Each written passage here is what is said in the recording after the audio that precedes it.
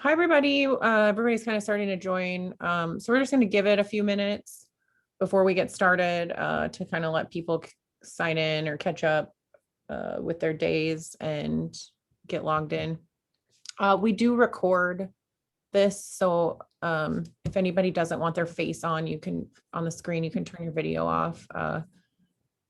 And then everybody's muted when you enter. So if you do have a question, you can pop it down in the chat. And if you want to right now, just in the chat, share where you're joining us from. It's always kind of fun to see where everybody's coming from. And then as we go through, we'll try to just address questions. I'll help kind of watch the chat, Alana, and then that way, as we get things, people have other questions. And then we can also do like Q&A at the end. So if you want to wait and ask your question at the end, you're also welcome to do that. So there's some more people joining here slowly. So we'll just kind of go over everything again, see where everybody is coming from. Green Bay, Wisconsin. Oh, fun. You know, Amy. Chicago. Oh, great. Yeah, I have a dog too. My dog's name is Kaibo. He's outside sunbathing right now. Erica, it's nice to see you. Erica's one of our ambassadors in Montana. Ariana's from Lakewood, Washington. Well, we have a few more people coming. Cool. I'm from Eugene. I'm in Eugene. Eugene, Oregon. It has been so hot out here already. It's crazy.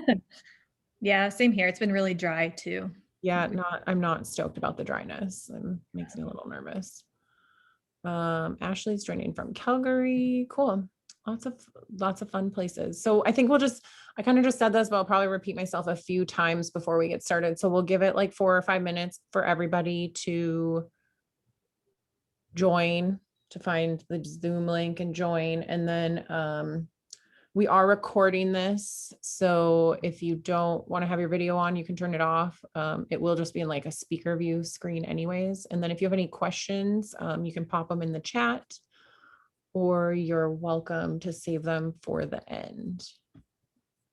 So some more people coming.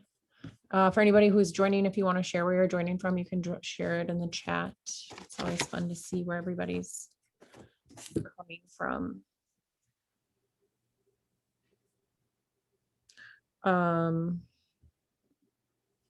And probably people are excited because they're getting vaccinated. So just to share, we are slowly starting to reshare our trips, group trips. So if you guys are new to the Women Who Explore community, we also do group trips.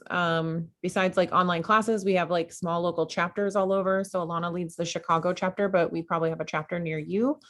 So you can find it on Facebook. We're also looking for people to join our ambassador team right now. So if anybody's interested in joining the ambassador team, feel free to reach out to me or on Facebook. You can reach out to on our page or our info@womenwhoexplore email.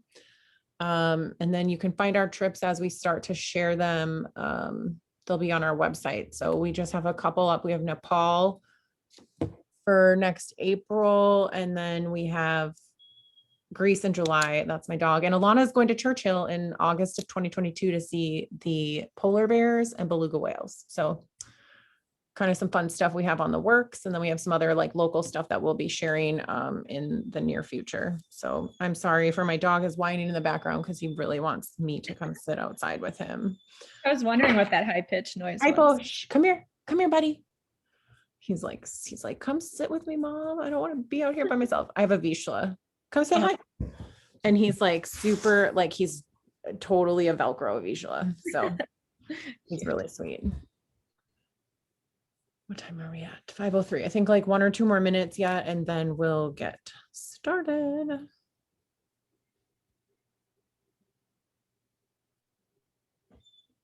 Hey, buddy. like I might have to mute myself here in a second. Hey, come here. Come here. Hi. I just pulled a tick off of him today. I was just telling Alana this. So this is like perfect timing. And the ticks are really bad out here right now. Yeah, they're bad here too. Yeah. I know it's that time of year, but gosh, they're just crazy bad. Also snakes. I've seen a lot of snakes. I just saw a snake yesterday. Man, so many snakes lately. It's crazy. So I don't know what kind it was. Do all snake? It did like the cobra head thing. We don't have cobras here, but it did like that cobra head thing. And I'm like, do all snakes do that? Or what did I just see? I don't know. I don't know, but they're terrifying to me. We have rattlesnakes out here and that scares me. So I guess if we want to probably get started. So most people should have joined by now, or maybe some people will just join as we get going. So again, just welcome everybody thanks for joining us. Thanks for taking time out of these beautiful evenings that we have now to learn from Alana. I'm super excited personally about this class, just to learn some information on blue-green algae and ticks, especially with my dog in the summer. So anyways, just a friendly reminder that we are going to have everybody muted. So if you do have any questions, please just drop them in the chat.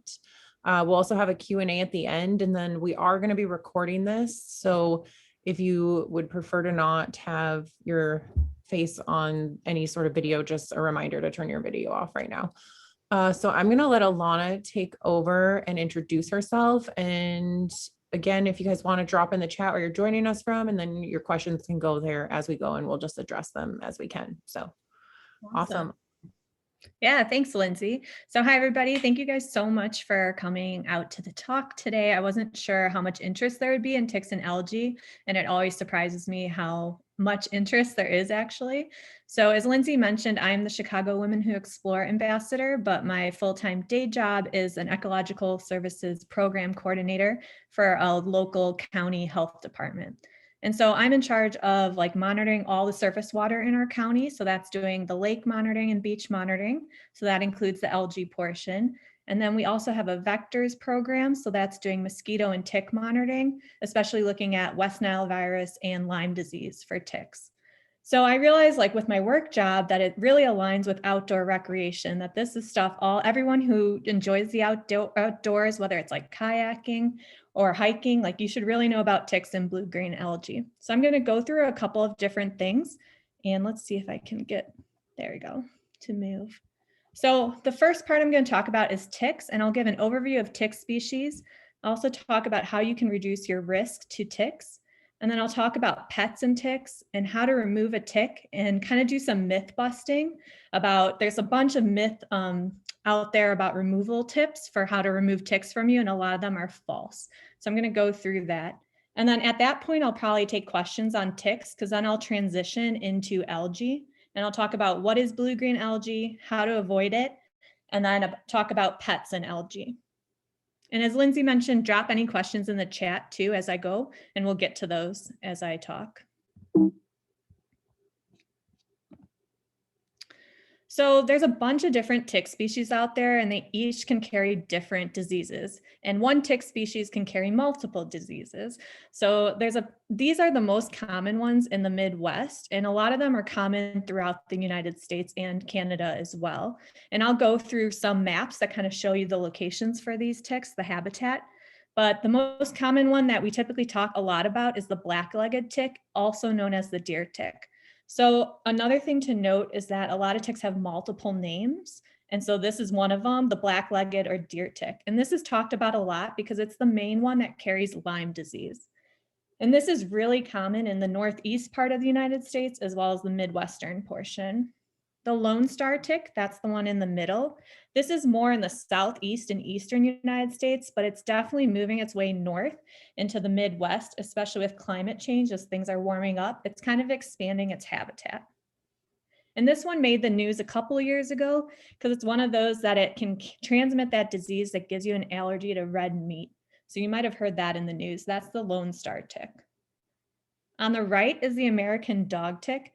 It's also known as the wood tick. And this one's widely distributed pretty much anywhere east of the Rocky Mountains, but it's also in California and on the Pacific coast. And this one primarily transmits Rocky Mountain spotted fever.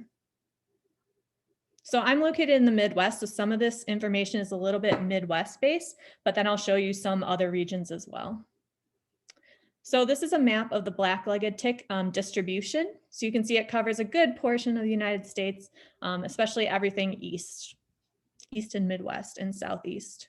And this is a picture of what a female black-legged tick looks like. It's pretty distinguishable because it has this red area on its body on the back. This is the range for the American dog tick and wood tick. So as I said, it has that section. It's kind of the same as the black-legged tick, primarily Midwest and East Coast, but then it has this section in the Pacific Northwest and the West Coast around California. Lone Star tick primarily started in the Southeast and it's gradually expanding. I'm based in Chicago. We used to not see the Lone Star tick at all, but we are definitely seeing it more and more frequently, and we expect it to be abundant pretty soon. Rocky Mountain wood tick. So this is similar. It's another one that will transmit Rocky Mountain spotted fever. And this is kind of in the West. So this is your Colorado, Wyoming, Montana, Nevada area. And this is, it looks pretty similar to the American dog tick as well. And the Gulf Coast tick, this is mostly just in the Southeast right now, but it is also expanding its habitat. So there's kind of a common theme here that a lot of these ticks, although they used to be kind of based in certain areas, they're definitely expanding their ranges. Part of this is climate change and just more habitat available to them. And also partially probably more monitoring also that we're seeing these ticks. And almost every year you'll see something in the news about a new tick species that was found or a new disease that a tick species is carrying. So when we're talking about tick habitat, the primary tick habitat is forested areas. So I kind of have this image on the right hand, just like a wood area with lots of vegetation on the ground, a lot of organic matter, leaves. That's like prime tick habitat, especially for the black-legged deer tick. That's kind of its primary habitat. You'll also see it in like tall prairie grass. You'll find a lot of ticks, but the forested areas are considered high risk. So this is just something to keep in mind when you're going out to explore, is that if you're going to be in this forested area with a lot of vegetation on the ground, you're pretty much going to be in tick habitat. So knowing what types of ticks are out there can help you identify your risks. So for example, only the deer tick carries Lyme disease. And especially like in the Midwest and Northeast, I feel like we talk about the deer tick and Lyme disease the most because it's one of the more easily transmitted diseases. And so if you know you had a deer tick on you, you can at least narrow down what type of symptoms you should be looking for. Or if you had to go to a doctor, you can at least tell them what type of tick you had, and then they know what to test for. So I always tell people knowledge is power. So definitely knowing what types of ticks are out there, what types of ticks are in your region, so that if something were to happen and you were to develop some symptoms, you can take that information to the doctor. The medical field is getting better and better with tick knowledge. It used to be pretty difficult to get any diagnosis on some of these tick-borne diseases, just because there is a lot unknown, and the symptoms, are symptoms that are pretty common for a bunch of other diseases. And so there is a lot more knowledge now in the medical field about this, but it definitely helps to have you also know this knowledge so you can be prepared when you're talking to your doctor. Also knowing tick habitat. So if you know you're going into an area that is especially dense with ticks, then you know what you can do to prevent it. And I'm going to go through a bunch of prevention tools to help prevent ticks from attaching to you in the first place. So these are just a couple of tick kind of facts. So the adult ticks are most active in the spring and fall. So I feel like people often forget that the fall is another high peak for tick activity. Like we usually associate the spring and early summer with a lot of ticks, but there's another peak in the fall. So that is something to remember. They actually don't like high heat that much. So in the summer, they're less active. The highest times that you're going to see ticks are typically March through June and then August to November, but they can be found anytime the temperature is above freezing, and actually even below that. There's been cases where there's been snow on the ground and they have seen ticks, crawling around. So there's always that saying, right? If the apocalypse comes, you're going to find cockroaches, and ticks are going to survive it because they're just very hardy and they can survive a bunch of stuff. The other thing I always like to tell people is that a tick must bite you to transmit disease. So if you find a tick crawling on you, but it's not attached, it did not transmit any diseases or it has not attached to you yet. So a lot of people freak out when they find ticks on them, which I totally get. They're really gross. I don't like finding them on me, but it's also important to know that it does have to be attached to you to transmit disease. The other important thing to note is that a tick also needs to be attached to you for a certain amount of time for it to transmit a disease. So for instance, with Lyme disease, it typically needs to be attached for more than 24 or 36 hours for it to transmit Lyme. So this stresses the importance of always doing nightly tick checks, especially if you're outdoors, whether you're camping or whether you're just doing day hikes. Checking yourself at night is really important because that will limit the possibility for a disease to be transmitted. And one tick bite can transmit multiple diseases. If that tick is carrying multiple pathogens, it can transmit it within one bite.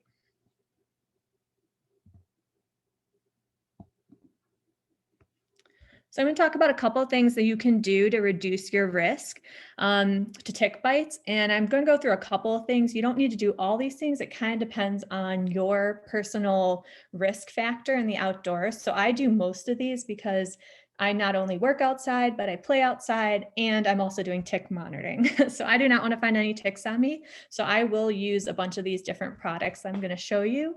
So the first one I wanted to talk about is the chemical permethrin. And so this is used to treat clothing and gear. This is not for your skin. And so if you're going to use this, you want a product that's containing at least 0.5% permethrin. And I typically treat all my camping gear with this. So I'll take out my tent, my backpack, some other camping gear. And then I also treat any of my field clothes. So I have field clothes specifically for work, but if you have like a specific hiking clothes that you typically wear outdoors, you could do this as well. And you don't want to spray this while it's on you. You want to go outside and treat your gear in a day. So I typically pick like an early spring day when it's not windy outside. I'll put down a tarp and then I'll lay down my clothes or I'll lay down my gear or I'll set up my tent and then I'll spray everything down and let it dry. It is important to note that this permethrin is highly toxic to cats. So if you have a cat in your household, that is something you would want to consider before you're using this. And then it is not for your skin, as I mentioned before. So this is to treat clothing and gear. You do not want to spray it on yourself while you're wearing your clothes. You definitely want it to dry completely before you put it on.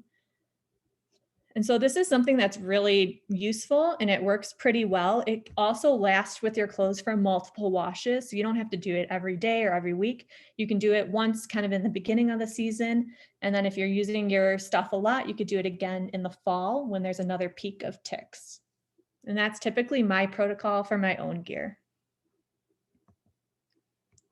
Then there's also insect repellent.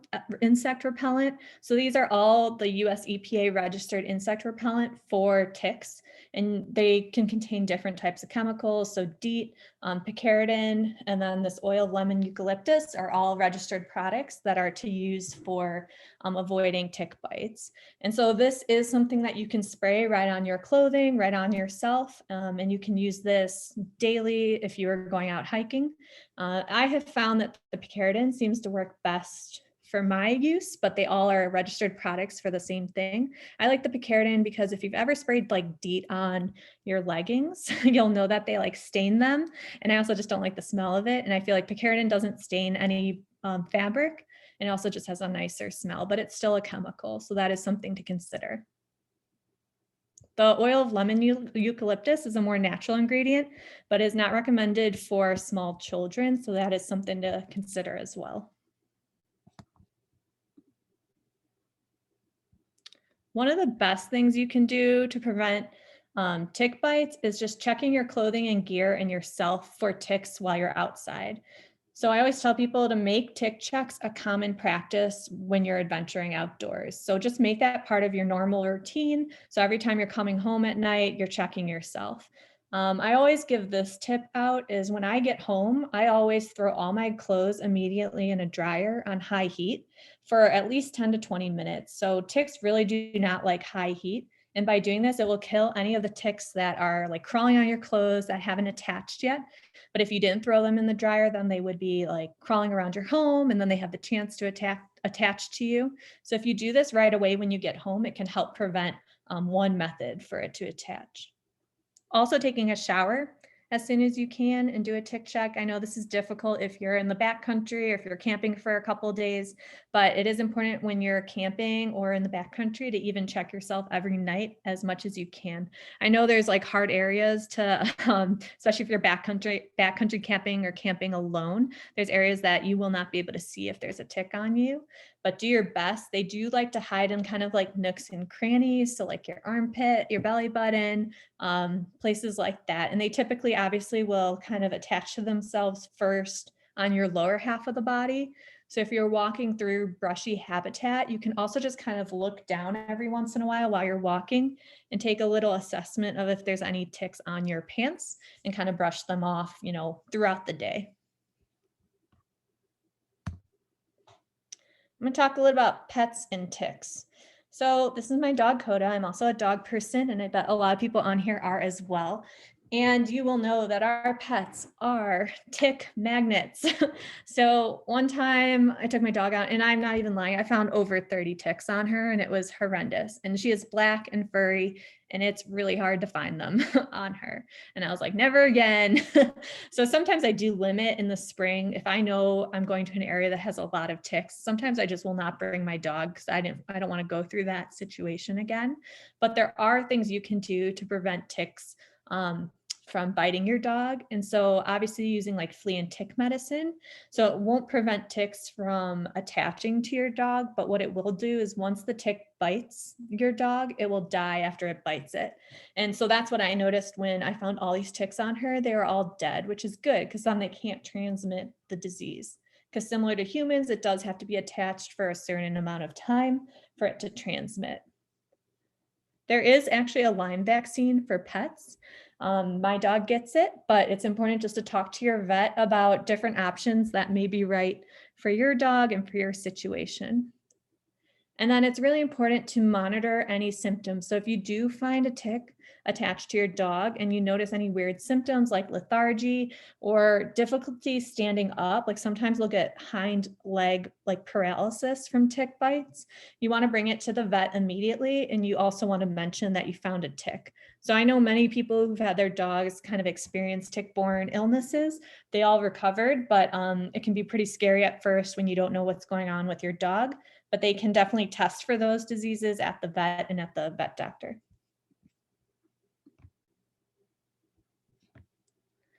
So we talked about some things you can do to prevent ticks from attaching to you in the first place, but inevitably with how much time you guys spend outside, you're probably going to find a tick on you at some point. And so there is like the best way to remove a tick, and it's kind of the most simple. So taking tweezers, and you grab the tick kind of as close to the skin surface as possible, and you want to pull it straight up. You don't want to twist it. You don't want to jerk it around. You just want to move it straight. And so I always tell people, if you don't have tweezers in your first aid kit, I recommend adding those now because that will be really useful. And that is the best way to remove ticks. After you remove it, you want to monitor yourself for probably the next month or so, just to see if any weird symptoms develop or rash or symptoms. Usually it'll be much sooner than 30 days. It'll be in that first week or two. And if you notice anything like fevers, rash, any weird stuff, you want to visit a doctor immediately. And you also want to tell them that you found a tick attached to you. This is one of those cases where also if you knew what type of tick it was, that could also help with the doctor visit, because you can kind of tell them, hey, I found this tick. And then, you know, that tick shows these types of diseases, and then they can kind of go from there and do specific testing. The good thing about tick bites is a lot of them do have prescription antibiotics that you can take that will prevent the disease. So that is good. There are a few that do not have tests for them or does not have a treatment.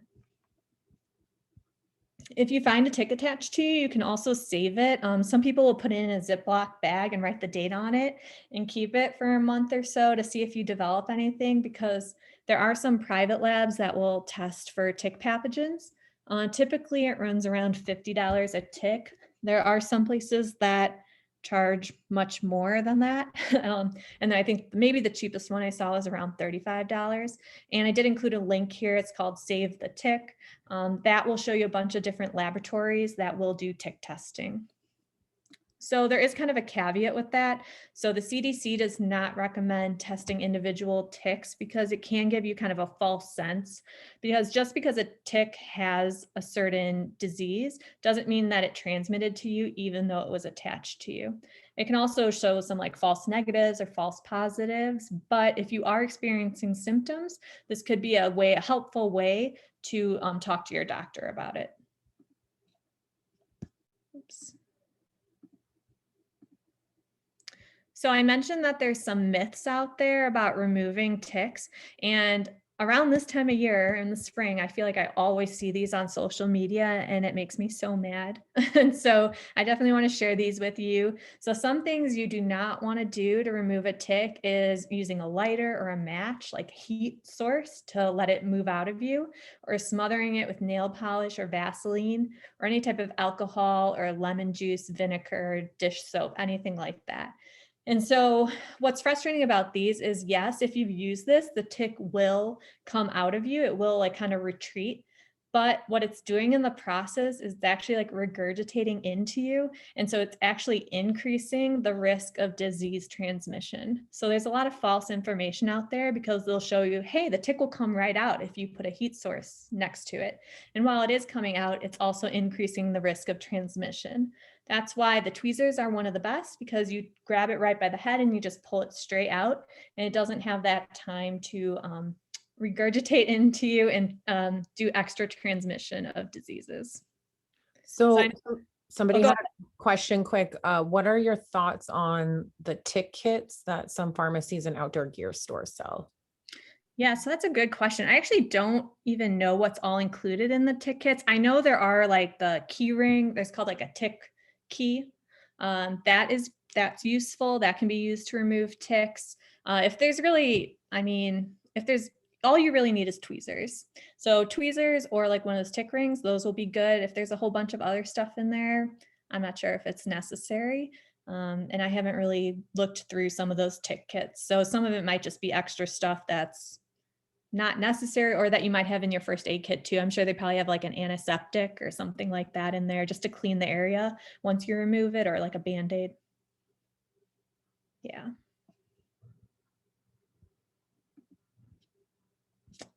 Okay, so the other thing I wanted to mention is checking with your local or state health department if they monitor in your area, because this can provide some useful information like specific to your region. So as I said, our health department, we do tick monitoring, and we'll test all the ticks that we collect. Like we have specific transects that we go out and monitor, and then we send all those ticks in for testing for multiple pathogens.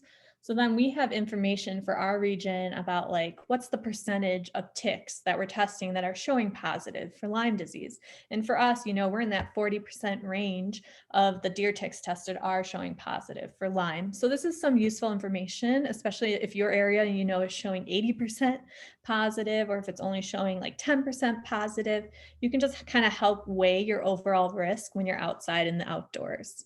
And it's kind of just helpful knowledge, especially if you're kind of paranoid about ticks. This can kind of help inform you or inform what type of products you might want to use, if you want to use the permethrin and the bug spray, or maybe just the bug spray. I wanted to touch on just two ticks right here that are kind of like emerging concerns. And these are a little bit emerging more for like the Midwest and Northeast and West Coast. This is the Gulf Coast tick. So currently it's kind of in the Southeast. And just what's interesting about this one is, unlike other ticks, it's not super tied to forest. So I mentioned that a lot of ticks don't like dry areas, but this Gulf Coast tick is the opposite. It likes sunny, dry prairies and roadsides, and it looks super similar to a dog tick. And what's a little bit tricky about this one is that there is no specific test that can test for the disease that it transmits. And I threw in, this is just for my county, for my region in Illinois. We only had tested a couple of ticks, but it was showing a high percentage of ticks that were collected had this disease that it was transmitting. So for our region, this is just something we're looking into because this Gulf Coast tick is expanding its region in the area. So this is something we're keeping an eye out on, and especially because it has symptoms similar to Rocky Mountain spotted fever, but you can't test for it. So you might go in with some similar symptoms to Rocky Mountain spotted fever, and the doctor will test for it and it will come out negative, and then they don't really know where to go from there. It could potentially be this other disease if you are in an area with the Gulf Coast tick. There's another disease pathogen that is kind of emerging from the deer tick. And this one causes symptoms that are super similar to Lyme, but it's not associated with that bullseye rash that you can get with Lyme, which also doesn't show up all the time, but it does show up in a good percentage of cases with Lyme disease. But this is another thing where it won't be detected by a Lyme test. So someone will go in with the symptoms of Lyme, saying they had a deer tick attached to them. The doctor does a Lyme test, it shows negative. And then you're spending years trying to figure out what is going on. It could potentially be this other disease. But there is a human test for it, so the doctor would just have to order it. So this is one of those things when I went back and said like knowledge is power, this is another one of those cases where just like knowing some of this information could be very helpful if you're ever in this unfortunate situation where you get bitten by a tick and you develop symptoms.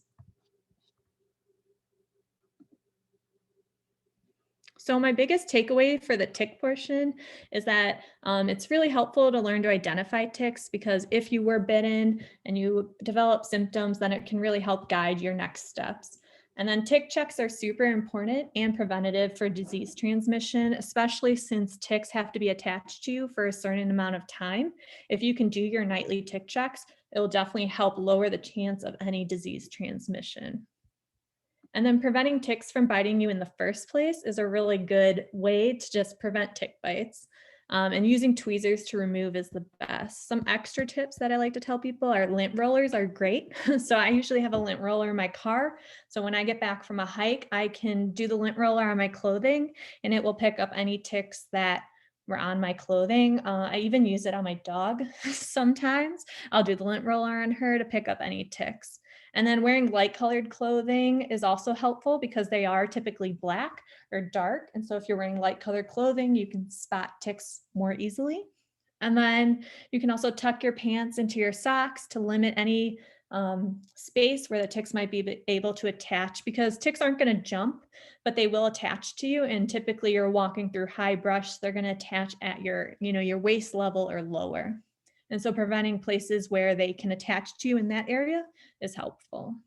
And so ticks are pretty scary and there's a lot of diseases out there, but I don't want that to stop you from enjoying the outdoors. And so that's why I just like to educate people about it, and hopefully they can make some better decisions on ways to prevent them.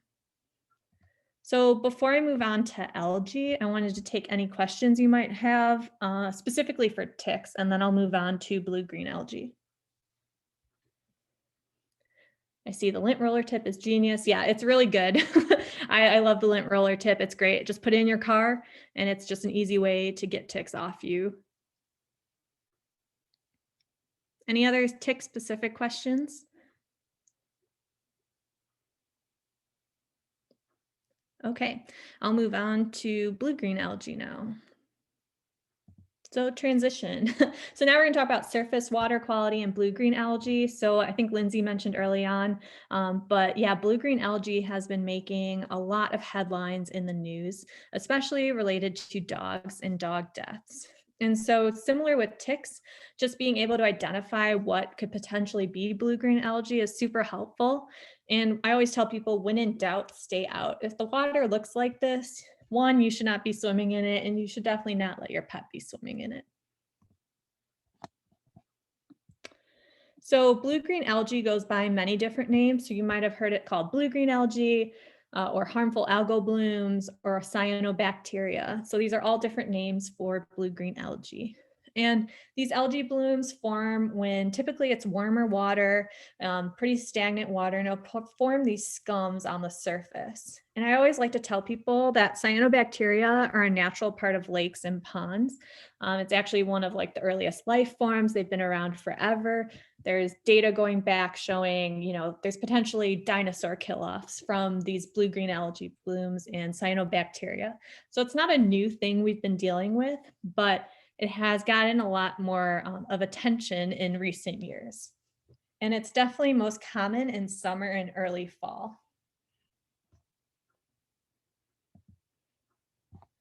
Oops, sorry, my screen. Okay. So similar to ticks, there's a lot of different types of algae out there, and not all algae are bad. And so what I tell people is not all algae will cause like a human health concern, but blue-green algae can. So kind of differentiating between like the common algae and what blue-green algae is kind of helpful, especially if you recreate around water a lot. So this page, these pictures show different types of algae that are commonly mistaken for blue-green algae. But while this algae looks gross and maybe doesn't smell so great, it poses no human health risk. There's no toxins associated with this. So on the kind of left side, the pictures of the filamentous algae, those are usually like stringy and it has substance. You would be able to like pick that up. And that is not a blue-green algae. It doesn't have any toxins. It doesn't pose a human health risk. On the right side, you have duckweed. That's actually not an algae, it's a plant. It's actually one of the tiniest plants, the tiniest aquatic plant, and it can cover a whole lake. So on that top picture, it kind of looks like algae because it's covering the whole surface, but it's not an algae. It doesn't pose any human health risk. It's actually good food for ducks and other aquatic life, and it poses no human health risk.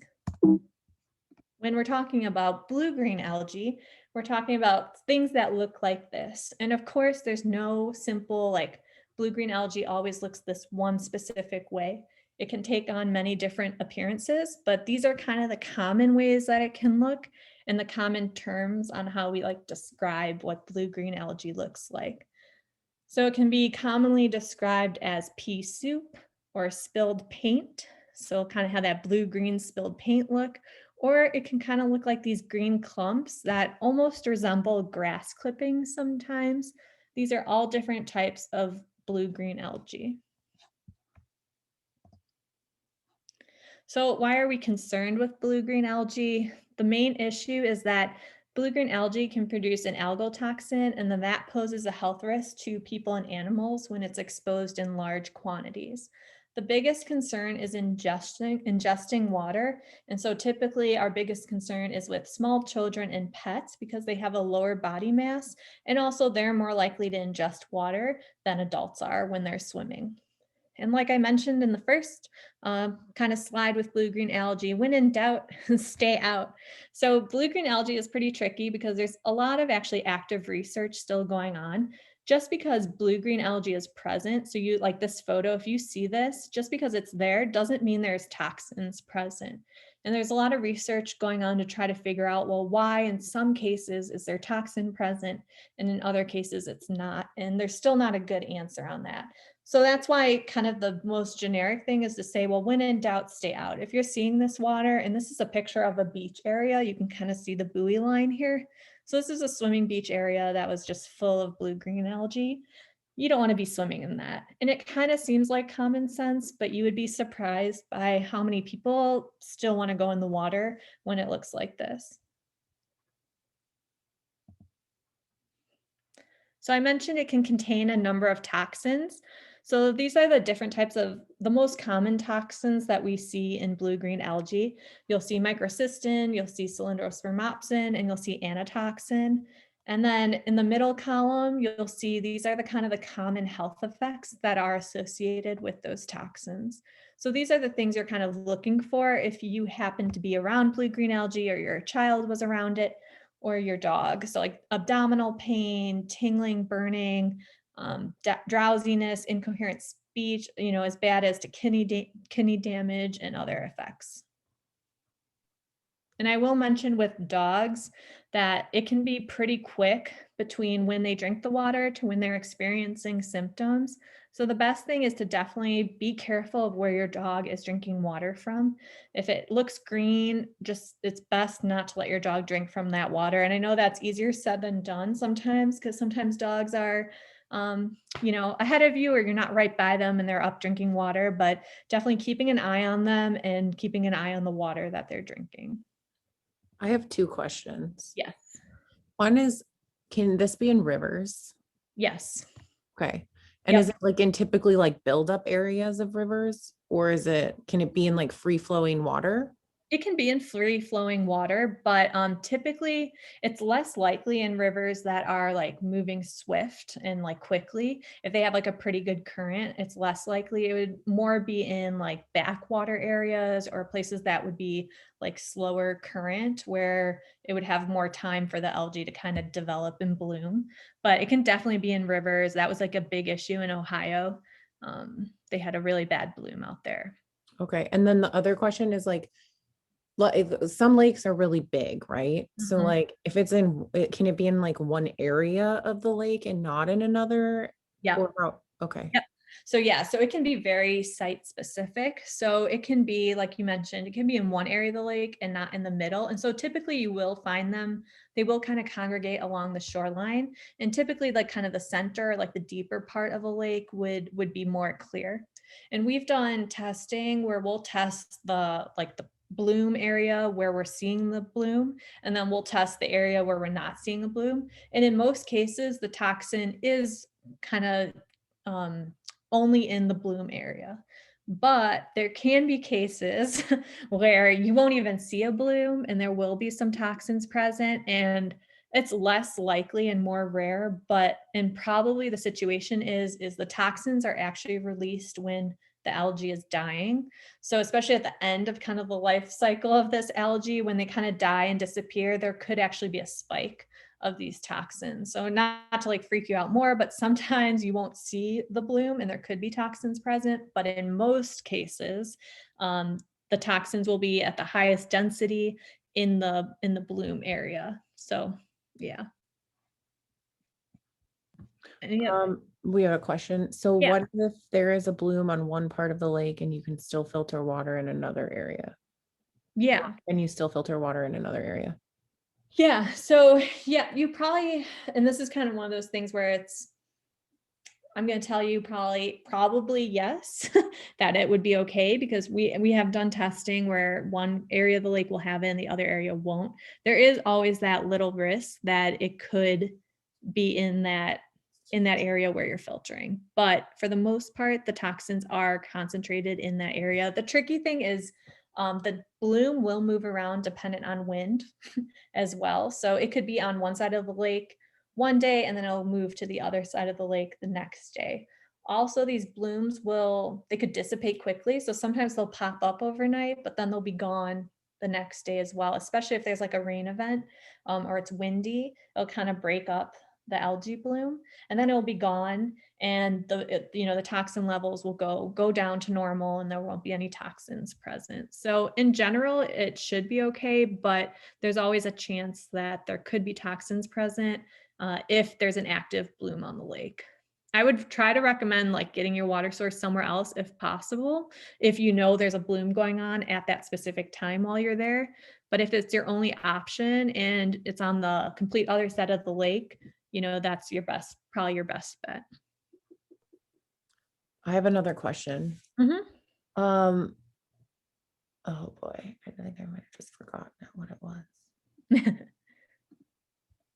It'll come back to me. Okay. Yeah. Yeah. And oops, sorry. Let me go back one. Oh, I remembered. So are certain is one lake, if it gets an algae bloom, is it like more susceptible to get it like next year or the year after? And I would assume that there can be multiple algae blooms within 1 year, Yeah. obviously. Yeah. So yeah, there can definitely be multiple algae blooms within 1 year. I would say, yeah, if you see a lake having an algae bloom, it probably is likely that it's more prone to it. A lot of it can be weather dependent too. So like, what's the weather like that summer? Is it a super hot summer where the water is just like more stagnant? You may have more blue-green algae that summer. And so whereas if it's like a colder summer year, you may just have a less heavy blue-green algae season. But if you do know a lake has gotten blue-greens before, that is kind of telling. So algae is always it's always fueled by phosphorus and nitrogen, like nutrients that are coming into your lake. So typically we will see this in, more urbanized areas or agricultural areas, but we do see them on other lakes as well. They kind of are all out there. And it's kind of hard because, like I said, there's still a lot of active research going on this. So there's some of these questions I might not have good answers for, but sometimes I've monitored a situation where a bloom lasted for months. So it lasted the whole summer season. And then there's other cases where it will appear one day and then it's gone. It's completely gone the next day and there's no presence of toxins there. So it's really dependent on the lake itself. But if you do know it has had blooms before, that does mean that it can have it again for sure. And it can have it multiple times throughout the year. So just because it had it once doesn't mean it's good for the rest of the season. And like I said, usually it's a later summer or fall. And I say fall, like early fall, because lakes will typically turn over in fall, which means that the nutrients that are on the bottom of the lake get like resuspended in the water column, and then that can fuel bloom. So we see them a lot in like summer and then like September and October even. And I think some questions kind of came in. Yeah, it was, is it's climate change, affecting more blooms? Do we need to be concerned in northern lakes? Yeah. So this is an interesting one, the climate change affecting more blooms. So there's still research out there. So there is some validity that climate change is increasing blooms, because blooms, like hotter summers, more rain events that are bringing in nutrients, that can all fuel algae blooms. But there has been some research out there that looked at kind of the past 20 years of data, and it didn't show an increase in algae blooms. And part of it could be we're monitoring more for algae blooms, just like nationwide. And so we're seeing more because we're monitoring more, and it's not an impact of like weather conditions or climate change. It's just that we're monitoring more. So that is still kind of to be determined, Amy, with the climate change one. And then, unfortunately, you do need to be concerned with it on the northern lakes. So even, some of the Great Lakes like Superior, where you wouldn't think you would have algae blooms, it's an oligotrophic lake, which means it has really low nutrients. It's super deep, it's super cold. They're seeing algae blooms, blue-green algae blooms out there. So unfortunately, we do have to be concerned about it in even some of these more natural, untouched areas. So can oceans have it then? Yeah, so oceans can have it, and they can have, they typically have like the red tide bloom. So it's a different type of algae bloom, but it has a toxin associated with it as well. So it has kind of a different type of bloom, but it can be present. Yeah. And yeah. One more question. Sorry. Because I'm You're good. really interested in this, but besides looking for it, is there any way to test for it? Like, are there test kits out there, or is it just something like you just look for the signs? Yeah, so there are test kits out there. They are expensive and not really made for like the recreational enthusiast, but so like what we do when we test it, we have this quick test that we can do in the office, which is kind of the test I'm talking about that could potentially be used, as a recreational tool, because you can get results within 45 minutes with that. And it just tells you like a relative amount, like if toxins are present or if they're not.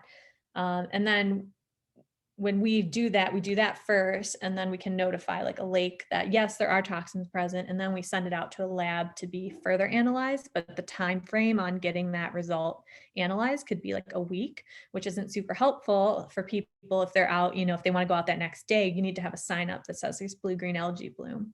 So there's nothing really great out there for the recreational person to like bring with them and test water. So really it is looking just to see if there's a bloom present, and then also checking out your like local health department or your state health department or like a park or recreation district, they recently have been doing, a lot more testing in the area. And so they are typically, if your state does it or if your county does it, they will be testing areas, and they generally probably have an idea of which lakes are more prone to it. So you can definitely give them a call and try to see if they have any information on your specific area about lakes that they typically see blooms on or do testing. So we rely heavily on our community to call us and see if they see a bloom, and then we go out and test it. So that might be similar for your location as well.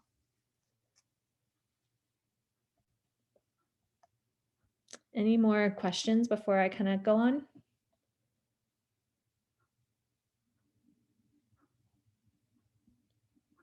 Will filter or purifier filter out the toxins? So this is a good question, Amy, and I want to look into that a little more before I probably respond to that completely. So I'm gonna do some research on that, and then I can kind of post that or send it your way. I know Amy, so I can send it to her directly, but maybe Lindsay, I can send you some stuff too, and potentially you can share that information with those who registered. 100%, or we can post it on the Facebook group, or Okay. both. So Perfect. Yeah, so the best thing to do is if you see it, use common sense, stay away from it, stay away from visible scum. As I mentioned, like the biggest concern is ingesting water. So that would be like drinking it, letting your pet drink from it. There is research out there that it can also be, you can get like airborne exposure from it. So if you were like kayaking through a heavy bloom and you're like stirring up the surface, there could be some toxin release that way as well. And some of that is still being researched, but there is some evidence to show that it can be transmitted that way as well. Keeping children and pets away, that's really good just because they are more prone to ingesting water while they're swimming. And then after you come out of the lake, take a shower, or more importantly, like giving the dog a bath. If your dog, because some dogs will see water and they'll just run straight into it, no matter what it looks like. So if your dog does run into an algae bloom, when they get out, making sure you can like wash them down, towel them off, because dogs will also then lick their fur afterwards. And if they're licking their fur and they were in an algae bloom, they can still kind of transmit the toxin that way. And then it's best to avoid fishing in blooms. The toxin may accumulate in the fish tissue. And this is another kind of area that's still being researched about, but there is some evidence that it can accumulate in fish toxin or fish tissue. If you feel ill after being in water and you notice an algae bloom, definitely contact your physician. I am not a doctor, but your doctor would be your best source if you're feeling any symptoms post being in water. And then same with your pet, you want to take your pet to the vet immediately. As I mentioned, with pets and children, their body mass is much lower. So the response to some of these blooms and these toxins is much quicker. And then also contacting your local health department. So if you see a bloom, contact your local health department and they may be able to come out and test it. I kind of went through this part already, but pets and blue-green algae, the big takeaway, don't let your pets drink from green water. If they do go in, rinse them off immediately and really bring to the vet as soon as you see any signs. Prevention is the best form of action here. It's same with tick bites. Prevention is the best. do you know what happens if what are they able to do at the vet for your dog? Maybe you don't know that question, but I'm not too familiar with what they're able to do.